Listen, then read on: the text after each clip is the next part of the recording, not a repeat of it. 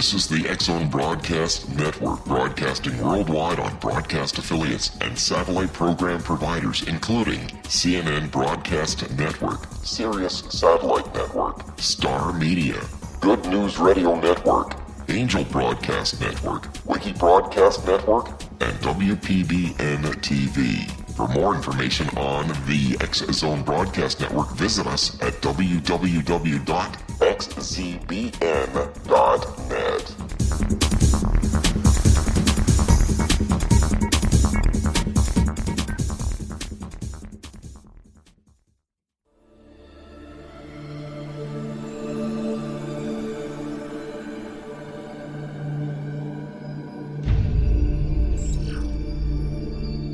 Whether you're a skeptic or a believer, join me, Rob McConnell, on the X-Zone TV show, coming soon to screens of all sizes. On the X-Zone TV show, we'll investigate UFOs, ghosts, alien abductions, demonic possession, psychic phenomenon, angels, lake monsters, Bigfoot, unsolved mysteries, and all subject matter from within the world of the paranormal and the science of parapsychology, and much, much more. The X-Zone TV show with yours truly, Rob McConnell, www.xzonetv.com, is a rel-mar McConnell media company and Airplay Media production.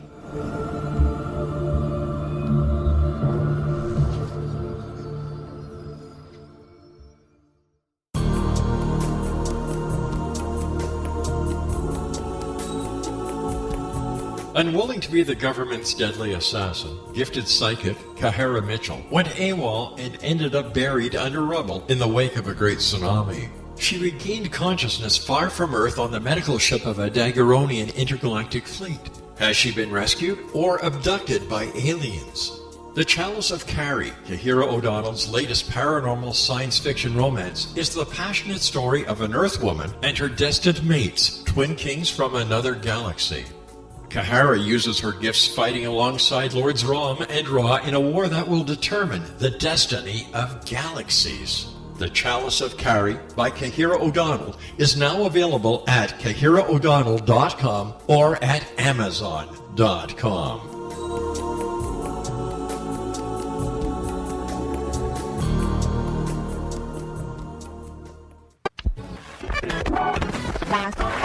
All Hit Radio.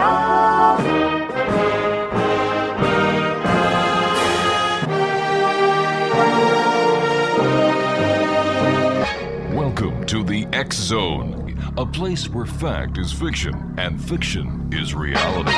Now, here's your host, Rob McConnell.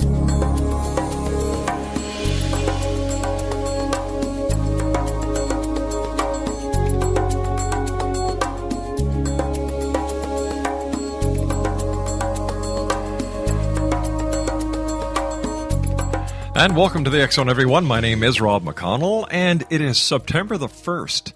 And it seems like it was just yesterday that we were in the middle of summer. But here we are, September the 1st. The kids go back to school tomorrow. Halloween is just what? A month and a half away, Craig? 2 months away. And then Christmas. And the circle starts all over again. 1-800-610-7035 is worldwide toll-free. My email address is xzone@xzoneradiotv.com. On all social media sites, X-Zone Radio TV, and our website, www.xzoneradiotv.com. I hope that everyone listening around the world has had a wonderful Labor Day weekend. Everybody was safe and sound, and here we go. We're getting ready for the fall season here on the X-Zone. And we're starting it off with a very special lady. Her name is Diana West. And she is the author of American Betrayal, The Secret Assault on Our Nation's Character. That was published in, I believe it was 2013 by St. Martin's Press. And The Death of the Grown-Up, How America's Arrested Development is Bringing Down Western Civilization. And once again, that was Martin's Press in 2007. Now, in the fall of 2013, Diana brought out a companion volume to American Betrayal titled Rebuttal, Defending American Betrayal from the Book Burners. Joining me now is Diana West. And Diana, welcome to the X-Zone. Thank you so much. It's great to be with you. Great having I've you. also got my paperback of American Betrayals actually coming out tomorrow. Wow. So this is very timely indeed. Yes. That is great. Tell us a little bit about yourself, Diana. Well, I am a journalist. I write a weekly syndicated column. I have since 1999, and it's syndicated by Universal UClick. And ever since 9/11, the column has sort of been a petri dish and experimental research chamber for trying to understand Islam, its war on the West, and other fun subjects like that.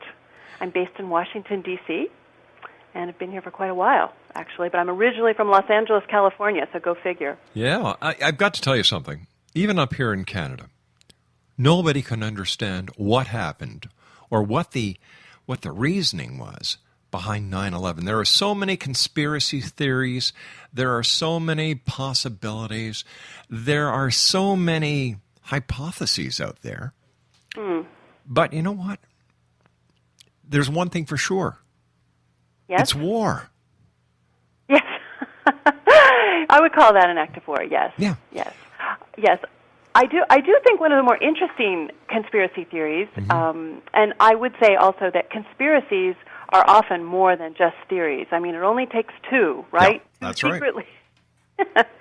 But one of the more interesting one has to do with the man who is now the head of Al-Qaeda, Ayman al-Zawahiri, who then was number 2 at the time of 9/11. But the interesting developments that the late Litvinenko, the former Russian FSB agent who was killed by polonium, a small nuclear device implanted in him essentially back some years, who actually put out there that he was aware of Zawahiri being trained by FSB inside the former Soviet Union, and that, you know, there are interesting connections between Al-Qaeda and the Russians. Always intriguing. Very much so. You know, we've talked over the years about the different conspiracies, and one of the main ones is that this was a black flag op, that it was actually the Americans, the American government, who took down the Twin Towers just as a pretext to enter the war. And I listen to those conspiracy theorists, and I say, you've got to be kidding. You've got to be kidding. Yeah, that one doesn't resonate with me. No, that one doesn't work. Not at all. Not at all. Yeah, yeah. You know, yeah. Here we are, 2014. We're watching in the Middle East. We're watching ISIS. We're finding out that Americans are going over and fighting for ISIS. There's danger that we may have homegrown terrorists within our boundaries, not only the United States, but Canada as well. Sure. How close? Well, it's not a danger, it's a reality. It's right. a reality. It's been going on a long time, sure. Do you think, based on all the people that you've talked to, based on your books and based on your experience as a professional journalism, that 9/11 was just the start? Well, of course, it was just the start, and it was also a midpoint. I mean, we had other acts of terrorism, certainly against the West, certainly against America. Really going back, if you go back to the beginnings of the Palestinian Liberation Organization and remember airplane hijackings? This plagued the late 60s and 70s. So part of a long war. All right, Diana, what I'd like to do is when we come back, let's go to the beginning, when all this happened, and bring our listeners up to date. Great talking to you. Diana West is my guest. Her website is dianawest.net, and we'll be back on the other side of this break. Don't go away.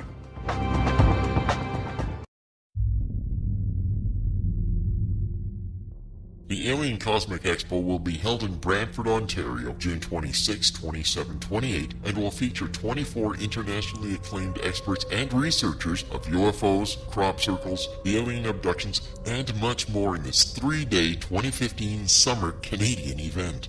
Experts in the field of extraterrestrials and alien encounters, out-of-body experiences, past life regression, soul reading, psychic, and mediumship will all be presented with professionalism, integrity, and credibility, making the Alien Cosmic Expo the largest event of its kind in Canada for 2015. The exhibitor hall will feature a spectacular lineup of gifted mediums, psychics, astrologers, channelers, aura photography, healers, as well as books, DVDs, alternative health products, crystals, jewelry, and much more, completing the venue with something for everyone. For all information and to purchase your tickets for the Alien Cosmic Expo, go to www.aliencosmicexpo.com. That's www.aliencosmicexpo.com.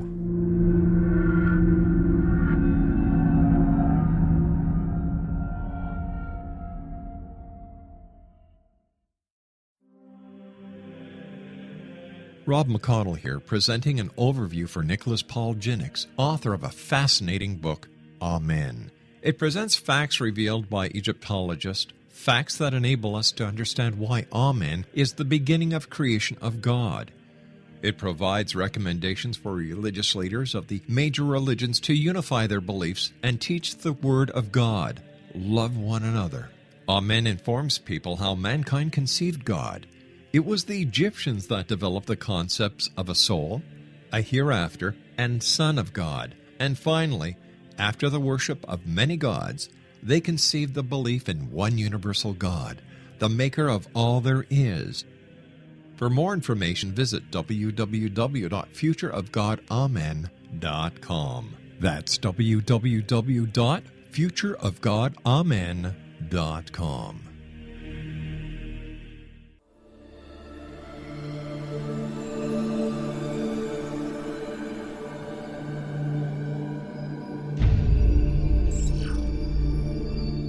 Whether you're a skeptic or a believer, join me, Rob McConnell, on the X-Zone TV show, coming soon to screens of all sizes. On the X-Zone TV show, we'll investigate UFOs, ghosts, alien abductions, demonic possession, psychic phenomenon, angels, lake monsters, Bigfoot, unsolved mysteries, and all subject matter from within the world of the paranormal and the science of parapsychology, and much, much more. The X-Zone TV show with yours truly, Rob McConnell, www.xzonetv.com, is a rel-mar McConnell media company and Airplay Media production.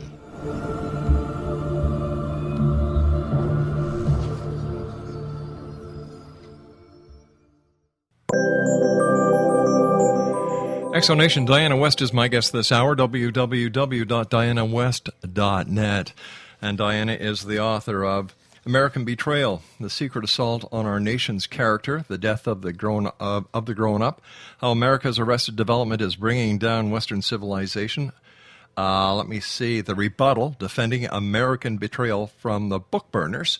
And her website, once again, is www.dianawest.net. All right, Diana, take us to the beginning when all this started. Going through high school, going through elementary school, going through Bible school, you heard about the turmoil in the Middle East. There were wars all over the place. Tell us how the wars way back when are affecting us today with the terrorism that we are facing. We can certainly go back to the 1970s for some instructive lessons. Mm-hmm. That was when we start seeing Soviet expansionism in the Third World, and we start seeing very sensational kidnappings, bank heists, airport shootings, and hijackings. We start seeing hijackings as an absolute blight on international life. Mm-hmm. We forget this. I think we forget that how much terrorism there was in the 1970s in Europe, mostly striking from, we had Italy, Sweden, we also had Japan. We didn't think about it, though, at the time as being Islamic in nature. We talked about Arab terrorism. Mm-hmm. There were some very intrepid journalists at the time, namely Claire Sterling was one, who noted the relationship between this, quote, Arab terrorism with Cubans and Czechs, and she wrote a very important book at the beginning of the Reagan administration, coming out in about 1980, called The Terror Network, that laid out the international scope of terrorism with the nexus in Moscow. bankrolling, support, training. I mean, this was what was going on at the time, and it was very hard to pierce the naysayers and people who prefer to live in La La Land. And this was a big moment when her book was actually embraced by the incoming Reagan administration. That was the time of the first term, and they really regarded that book as their Bible, and were very much inspired, politically and in terms of foreign policy by it. But this is really where we see, I think, the beginning of this current wave. It is of a piece, and it has changed. It has morphed. We've seen, different tactics used. The Arabs in the Middle East realized very soon it was not the direct strike, but we see the rise of Palestinian terrorism. We see the peace process. We see the Intifada. We see sort of the definition of Israel as the gigantic bully in the area by making the Palestinian cause seem a very tiny group, rather than connecting it to the larger Arab world, which is how it started. And of course, completely cutting any sort of memory of the ties to Soviet world terrorism. And this is kind of one of the important pieces of it that I think is important to keep in the backs of our minds. But I think it's a piece that not very many people actually add to the equation, that there may in fact be a Soviet connection in the terrorism that we're actually seeing today. Right. Well, it's very hard to run down. I mean, these things are very difficult to nail. But I think that once we know the context, if we understand the context of Soviet subversion and Soviet infiltration, going back, and this is actually the subject of American Betrayal, going back as far as 80 years, back to the 1930s in America, particularly with the beginnings of the Roosevelt administrations. We had 4 elected Roosevelt terms. He, of course, did not finish the final term. He died in office in 1945. But we had this period of time in America where we had the advance of Soviet agents into the federal government, American traitors who were actually working or trying to influence events for Moscow. So we had this absolute transformation of the American government that, again, is also part of what we're dealing with today. It's a very long past, and I think the bottom line is that when people try to understand these things, there is the need to broaden the context and not just look at the event of the day or the last couple of years. There's a long path leading us to this incredible chaos and very dangerous moment. I remember during the Kennedy assassination, there was actually a connection made between Lee Harvey Oswald and the Soviet Union. And it was thought by many that he was actually an agent for the Soviets. Yes. Well, there are all kinds of theories, of course, about the Kennedy assassination. It seems that, some of the more solid ones, the ones that we can sort of look at actual movements and relationships, does seem to indicate Cuban involvement, certainly, Castro's involvement.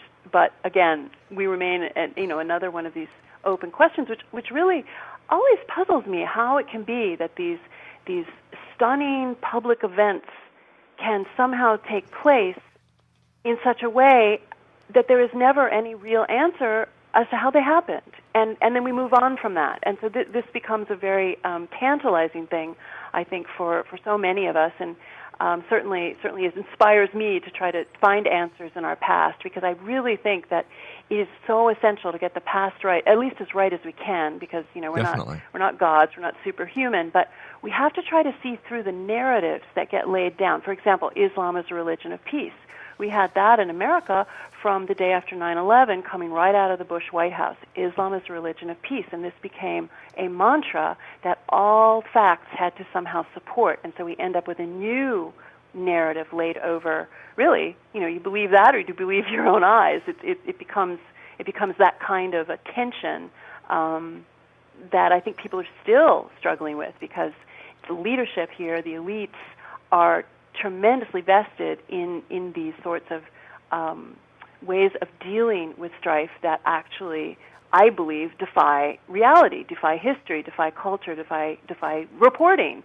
So we're in a real quandary, I think, because we are so far divorced from even attempting to get at the real facts because they're so disturbing to people, and they're so disturbing to people in power. When did it change from we the people to I the person? To I the person. Well, I would say, what do they say? The 70s was the me decade, right? In here, I suppose it was a bit of a long time coming, but again, I tend to credit many of the changes, much of what modern America is like today, does go back to the Roosevelt years. This is where we see the introduction of socialism into the way the economy is organized. It's where we also see the institutionalization of interventionism, which above and beyond World War II continued on in a way that I think did twist the whole notion of an American republic. We never again went back to an American republic with a national interest. And I think that is a very dangerous thing when countries operate really without a national interest, without their own people at heart.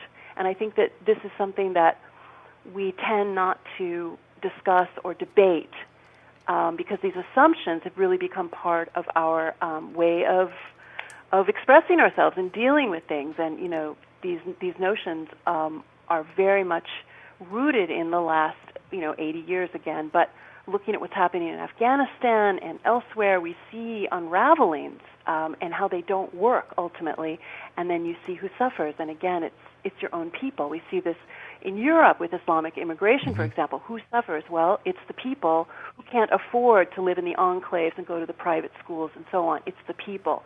And leaders seem to be, in Western world especially, seem to be divorced from their own people at this point, having more in common with various transnational elites and so on. And I think that's why we see so much of this intervention and activity elsewhere, while your own countries are hurting and your own people are certainly bearing so much of the brunt of it. Do you think we're too politically correct? Oh, for sure. But you see, even saying politically correct is a form of political correctness, I would say. Yeah, that's true. Well, political correctness is sort of, I feel certainly I've used the term for decades now, probably since the 80s, I would say it started really being used. But again, where does that term come from? One of the earliest iterations we know of is from Chairman Mao, political correctness, not meant ironically, of course. But I think what it does is the use of the term almost becomes a dead end in our thinking. We don't think where it comes from. And really these ideas of lexicons, limited word lists that become acceptable, that also train your mind, that comes right out of Marxism. It's the Marxist-Leninist playbook to control your speech, because when you control your speech, you also tend to control your thinking. And we are certainly prey to that. Well, who's controlling us? Well, we control ourselves. I mean, this is one of the things. We have a First Amendment here and free speech and so on, but we learn to censor ourselves. And a lot of it is the herd mentality at work. A lot of it is also reacting to stimuli like career. You lose your job when you say certain things. Yeah. You lose your job when you think certain things. You don't get invited to parties, which is strange to say, really seems to count much too much in my profession, I would say. But there is a very disappointing lack of courage just in the way people allow themselves to be cowed by fear of being called names, hate-monger, Islamophobe. Yeah. Relating that back to the past, I compare the Islamophobe as a real shutdown of thought and speech to the old days when people were told they were red-baiting to stop discussion of communist infiltration. You're a red-baiter. Well, that stops someone cold and also might, have some real solid results in terms of problems in career and so on. I mean, we always hear about the other kind of blacklist of supposed free thinkers who are actually communists, but there was a tremendous blacklist also enforced against people who wanted to uproot communists in the government, for example. So it's unfortunate. I always wonder how it could be that we are so cowed and so easily led when we do not have a gulag archipelago as the unfortunate people in the Soviet Union did to control their speech and to control their thought. But we reacted very often as if we did.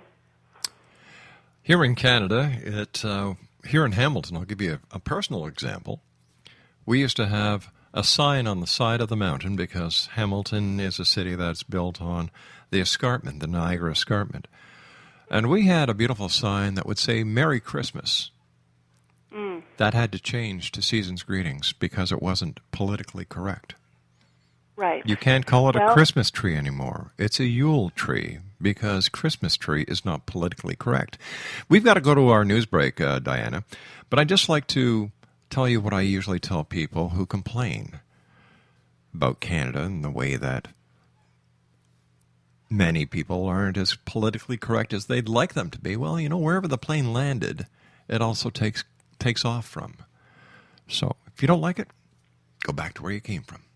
I'll be back on the other side of this commercial break with my very special guest this hour, Diana West, and her website is www.dianawest.net. This is the X-Zone. My name is Rob McConnell, and I can hardly wait until December until I can start telling everyone once again, Merry Christmas.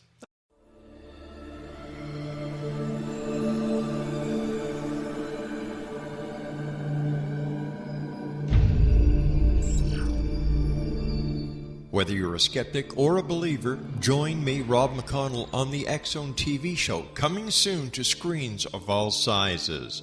On the X-Zone TV show, we'll investigate UFOs, ghosts, alien abductions, demonic possession, psychic phenomenon, angels, lake monsters, Bigfoot, unsolved mysteries, and all subject matter from within the world of the paranormal and the science of parapsychology, and much, much more. The X-Zone TV show with yours truly, Rob McConnell, www.xzonetv.com, is a rel-mar McConnell media company and Airplay Media production.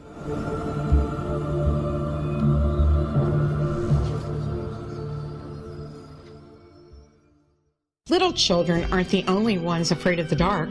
Millions of soldiers return from war zones with PTSD, anger, frustration, fear, and loneliness, much of which surfaces during the darkness of the night. You have the chance to change the lives of these American heroes. Songs and Stories for Soldiers.us provides free MP3 players for these men and women.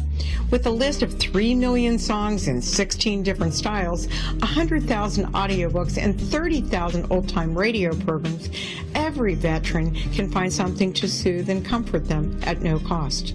All our players contain an 8-hour audio program designed to help veterans fall asleep. With 1,500 plus vets now participating, it's our goal to deliver 10,000 audio players this year. Go to our website at songsandstoriesforsoldiers.us. Help us help a veteran make it through the night.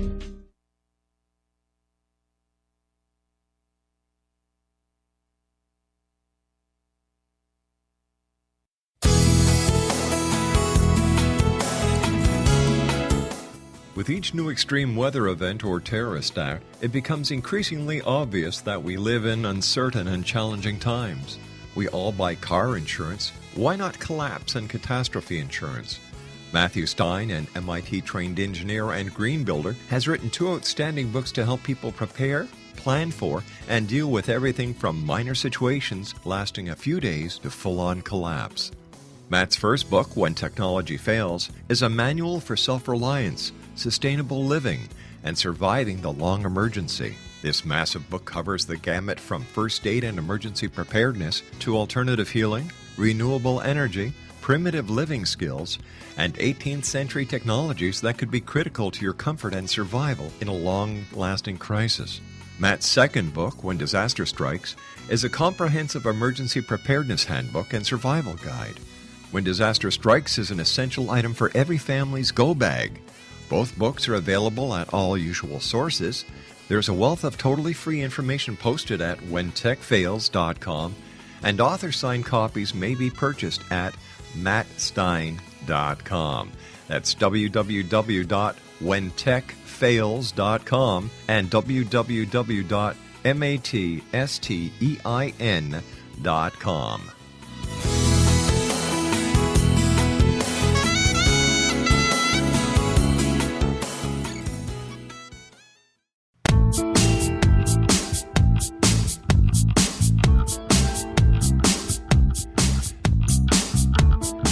Welcome back, everyone. My name is Rob McConnell, and whenever I start thinking about the changes that we have to make, and we have to make them, there's no two ways about it, it just boils my blood. It just boils my blood. You know, we had to change Happy Easter to a springtime festivity. We had to change Christmas to Season's Greetings. Well, you know what? The way I look at it is, this is what we've been saying for years and years and years since the beginning of this great country of ours. Merry Christmas. And in other countries, they've been saying Merry Christmas. But because of social pressure, because of political pressure, because of religious pressure, we have to change. And if you don't, wow, you're going to get wrapped on the knuckles very hard. Whatever happened to our rights? Whatever happened to what we, the people, want? It makes no sense to me that we have given up so much so easily to the man. Oh, yeah, sure, okay, I'm sorry, we won't say that anymore. Oh, no, sure, I'll change my signs to Season's Greetings. Oh, no, I won't buy any Christmas cards that say Merry Christmas. We'll knock out Easter as well. What's next? Valentine's Day? Because it's a saint. That's that's going to be going. And then St. Patrick's Day. Well, wait a minute. That's a saint. He's going to be going too. The only people I can see benefiting from this are the turkeys. Because I'm sure there'll come a way that they'll figure that this too was part of a religious act. And we can't have Thanksgiving anymore. Once again, if you don't like it, go back to where you came from. Plain and simple. I'm a Canadian, a proud Canadian.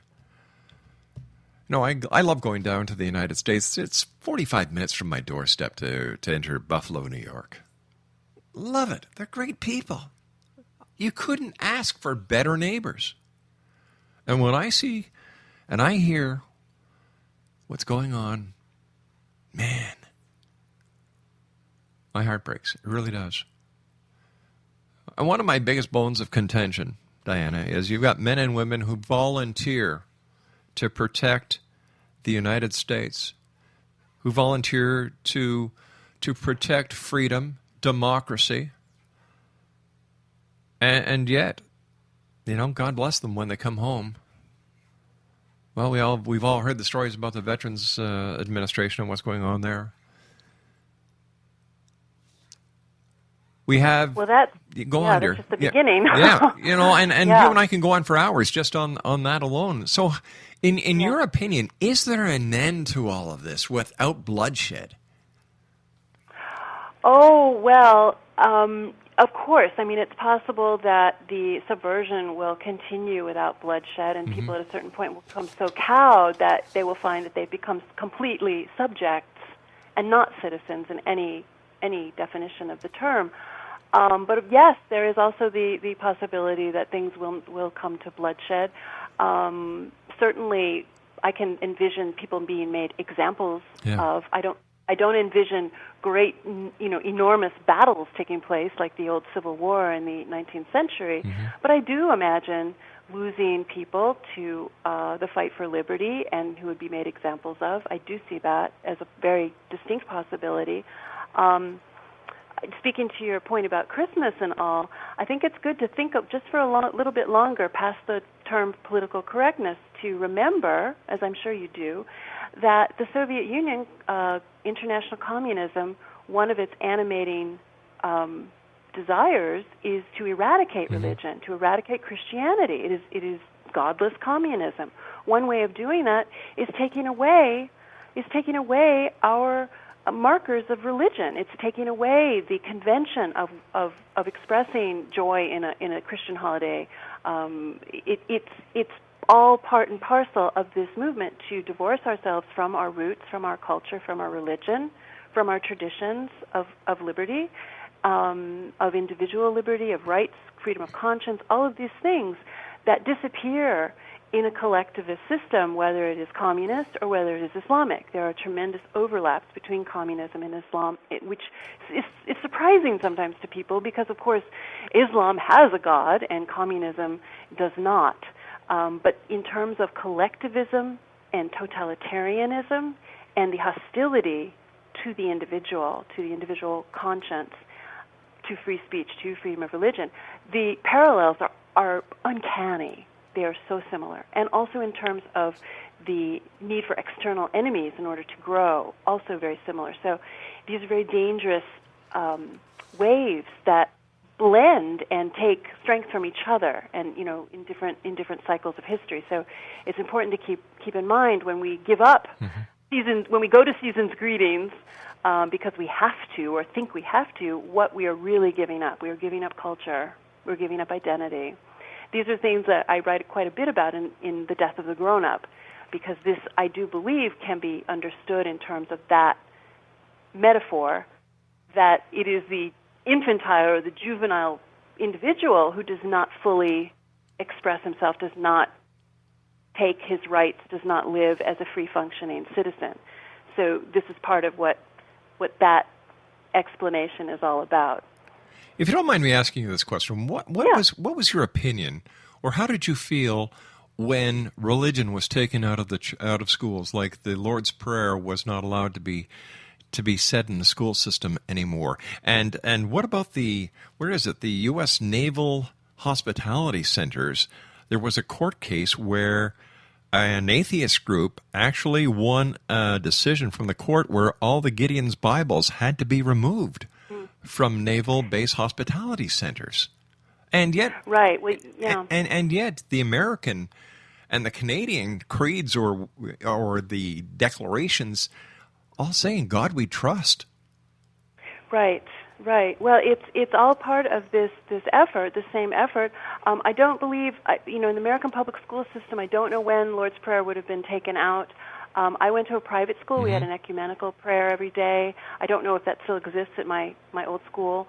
But these are the types of markers we can observe that do tend to strip the public square of freedom of religion. I mean, the ability to practice one's religion. And, the communist pressure is one, or the left pressure is one, but also the Islamic pressure is another. And we are really seeing that play out across the Western world, in Europe, in America, and Canada, where we do see the Islamic pressure really taking the upper hand, leading some of these battles to remove the vestiges of the host culture. I mean, when you start thinking about people who live in Holland, or people who live in Switzerland, or people who live in California, maybe not California, but certainly in Europe, as the indigenous people, you're in trouble, because this is kind of what it's come to.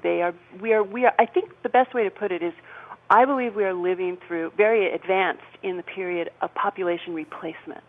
We are being replaced.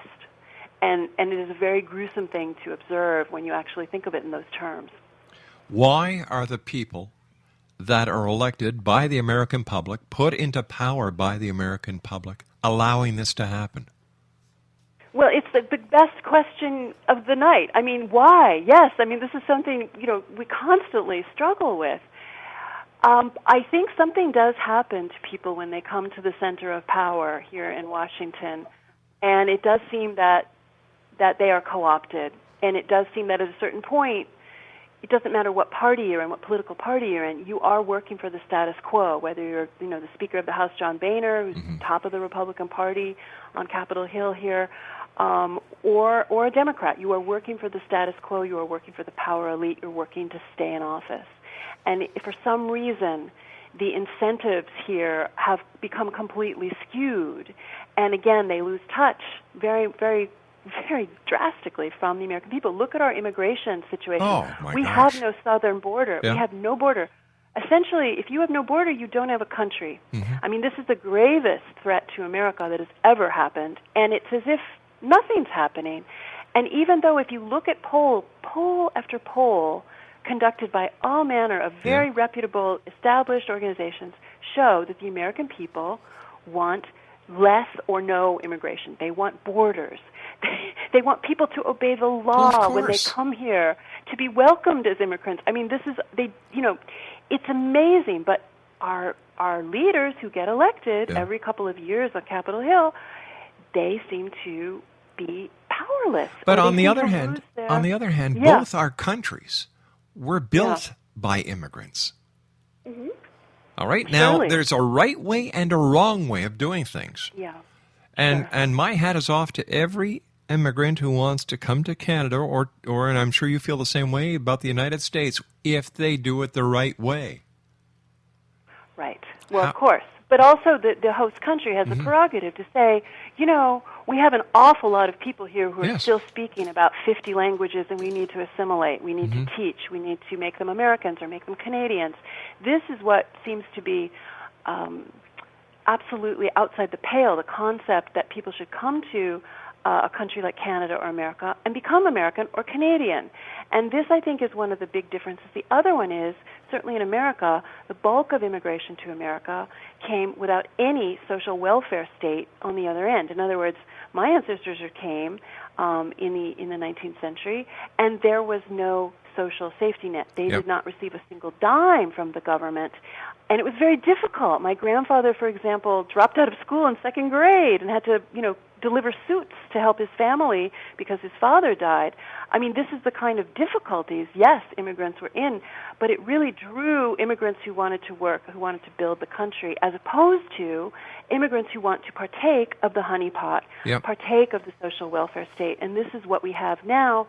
So the rest of us start feeling like worker bees simply to support people coming across illegally, including who knows how many representatives from ISIS or Al-Qaeda or Hezbollah or drug gangs or mafia. I mean, we've got absolutely no southern border, Canada, so beware. It's crazy. And last night I was watching, something on CNN that was about... I used to be on CNN.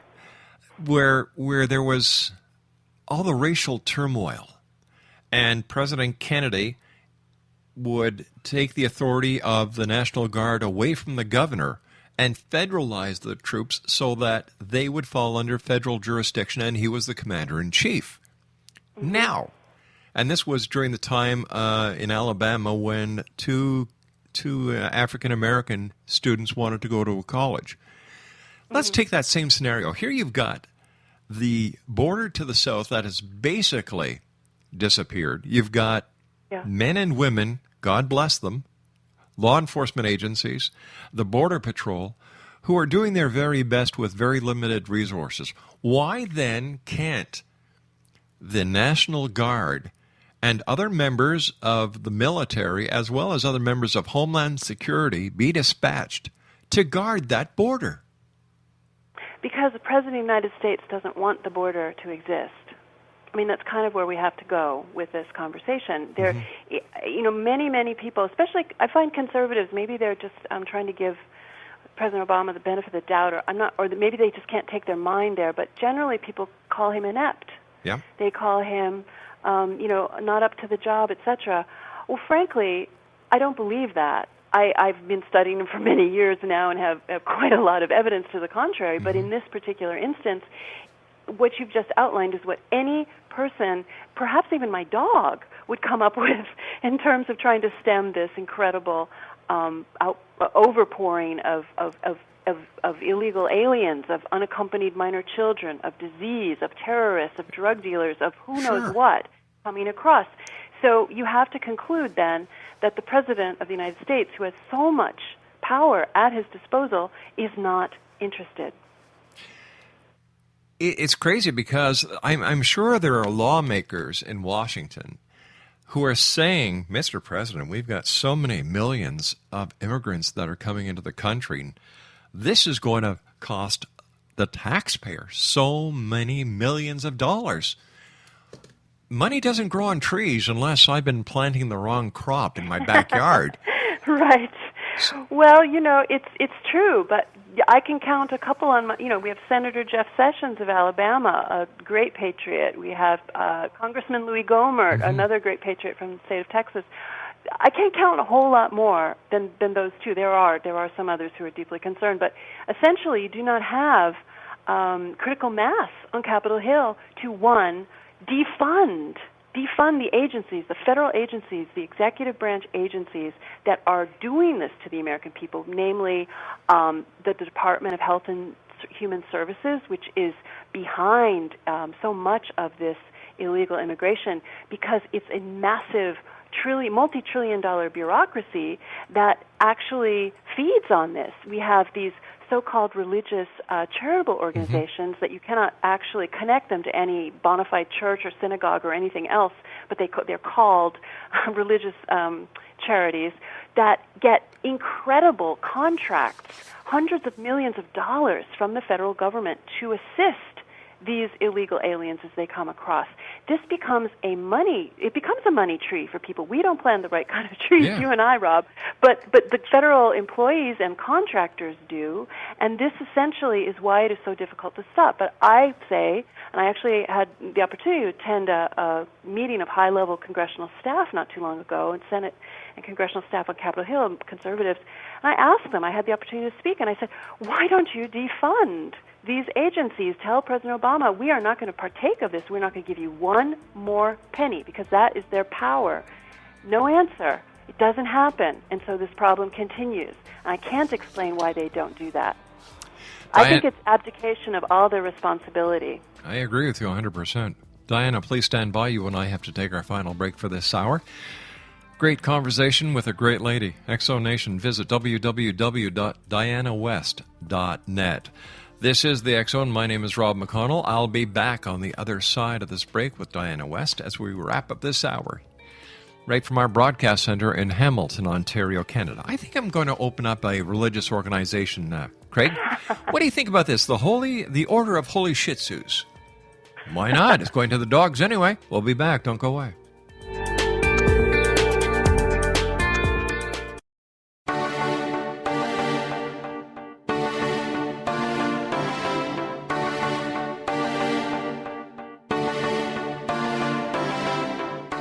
What if someone told you you could live to be 120?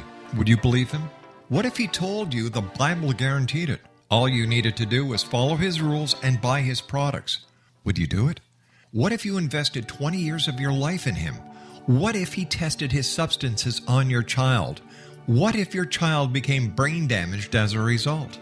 Meet Dr. Tyler Belknap, a fast-talking Texas admin turned health guru. At the helm of a vast health food and supplement empire, he has established himself as the authority on nutrition and longevity. But what his followers don't know is that his products are laced with bizarre psychoactive substances from genetically modified plants developed in his very own secret lab. No wonder his customers can't stop using them. Tyler Belknap will stop at nothing to keep his edge in the market, even if it means experimenting on children.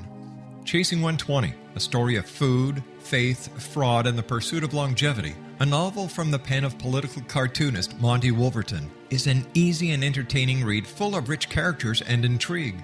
It hits home in a world filled with all kind of hucksterism and offers a glimpse of what can happen when GMO technology falls into the wrong hands. Chasing 120 by Monty Wolverton. Get your copy today at www.ptm.org/120 or on Amazon.com.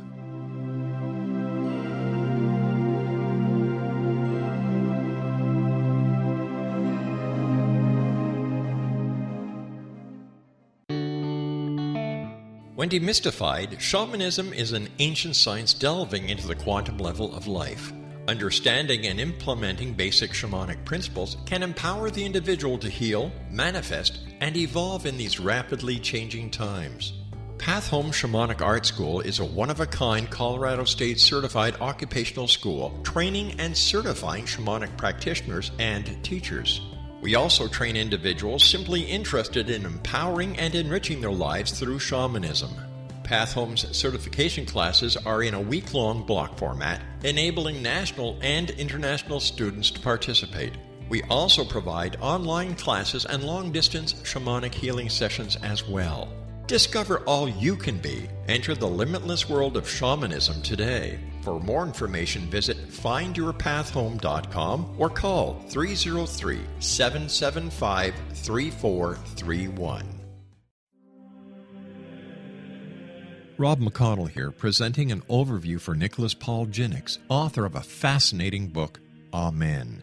It presents facts revealed by Egyptologists, facts that enable us to understand why Amen is the beginning of creation of God. It provides recommendations for religious leaders of the major religions to unify their beliefs and teach the Word of God. Love one another. Amen informs people how mankind conceived God. It was the Egyptians that developed the concepts of a soul, a hereafter, and Son of God. And finally, after the worship of many gods, they conceived the belief in one universal God, the maker of all there is. For more information, visit www.futureofgodamen.com. That's www.futureofgodamen.com.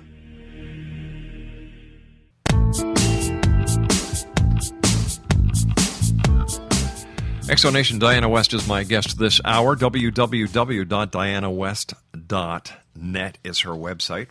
That's www.dianawest.net. Let's talk a little bit more about American betrayal. Is America being betrayed? And if so, by who? Well, America is being betrayed and has been betrayed for decades by some of its most cherished leaders, by some of its most important figures. This was my conclusion after the several years of research I devoted that really suggested to me that the history we've been taught is so much fakery, is so much narrative. And I found great resistance. The reason you've mentioned my rebuttal, I found great resistance to challenges to the narrative that American betrayal presents. But essentially what the book does, very quickly, is it combines intelligence history with the general history, with the general narrative that we all know, the sort of the front of the stage with the backstage, the spy story with the diplomatic story. And everything looks very different when you actually are able to interweave what the infiltrators were doing and how the influence they had on the front actions. And so it actually rewrites quite a lot of American history of the 20th century. Again, going back to the Roosevelt years, things look very different when you do put the two together. It's quite shocking, actually. Tell me, who were the book burners? The book burners were led by some people that are considered conservative gurus in America. David Horowitz, Ronald Reagan. These are former communists or radicals who became conservatives after Ronald Reagan's second election, his re-election. And they deeply... they launched essentially a smear campaign, which is why I had to write a whole book to defend myself. Oh, my gosh.